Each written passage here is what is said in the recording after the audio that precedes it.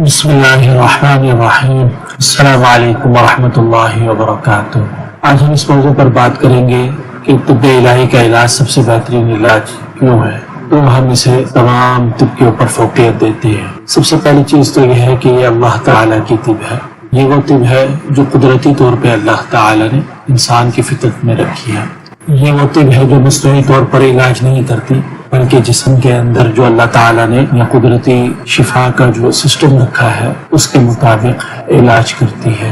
سب سے بہترین علاج طب الہی ہے، وہ اس طرح کے تو شفا کے نظام کو فوکس رکھتا ہے، کیونکہ دیکھیں جسم کی مشینریاں ہیں، یہ کس طرح کام کر رہی ہیں، کیا اس کے فنکشنز ہیں۔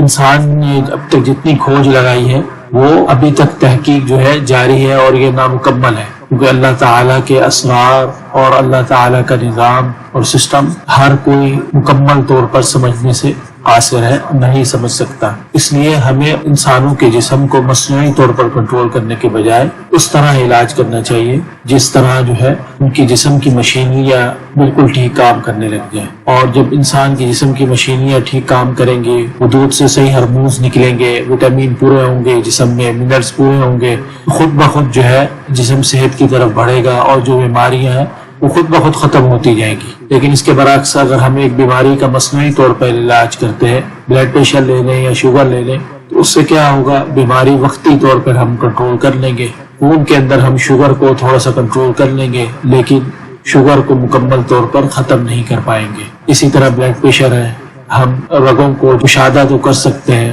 خون کی رفتار کو کم کر کے بلڈ پریشر کو نارمل پر لا سکتے ہیں، لیکن جس وجہ سے بلڈ پریشر ہائی ہو رہا ہے اس کی وجہ کو ختم نہیں کر سکتے۔ اس لیے طب الہی میں جو ہے اصل ضرورت بیماری کو جڑ سے ختم کرنے کی ہوتی ہے۔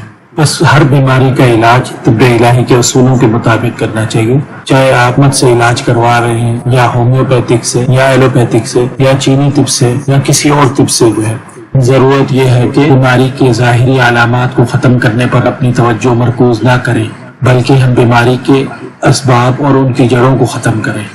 جب ہم ان کی جڑوں کو ختم کریں گے تو وہ بیماری پھیلے گی نہیں، بلکہ ہمیشہ کے لیے ختم ہو جائے گی۔ اگر ہم ان کی ظاہری علامات کو ختم کریں گے، ایک علامت کو ختم کریں گے تو دوسری علامت ظاہر ہو جائے گی، دوسری کو ختم کریں گے تو تیسری ظاہر ہو جائے گی۔ اس طرح یہ بیماریوں کا سلسلہ چلتا رہے گا، جیسا کہ آپ کے سامنے ہے شوگر اور بلڈ پریشر کے مریضوں کا حال، ان کے ساتھ کیا ہوتا ہے۔ بہرحال اگر آپ یہ جاننا چاہتے ہیں آپ جو ادویات استعمال کر رہے ہیں آیا وہ مکمل شفا کی طرف آپ کو لے کر جا رہی ہیں، یا پھر یہ ہے کہ وہ آپ کے جسم کی مشینری کو مصنوعی طور پر روک کر آپ کی بیماری کو صرف کنٹرول کرنے کا کام کر رہی ہیں، تو آپ اپنی رپورٹیں اور اپنی ادویات کی تفصیلات ہمیں بھجوائیں۔ ہم انشاءاللہ آپ کو بتائیں گے کہ آپ جو ادویات کھا رہے ہیں، چاہے وہ ایلوپیتھک کی ہوں یا ہومیوپیتھک کی ہوں یا دیسی حکمت کی ہیں، وہ آپ کے جسم پر کیا اثرات مرتب کر رہی ہیں، وہ کیا آپ کی بیماری کو جڑ سے ختم کر رہی ہیں یا پھر یہ ہے کہ وہ صرف کنٹرول کرنے پر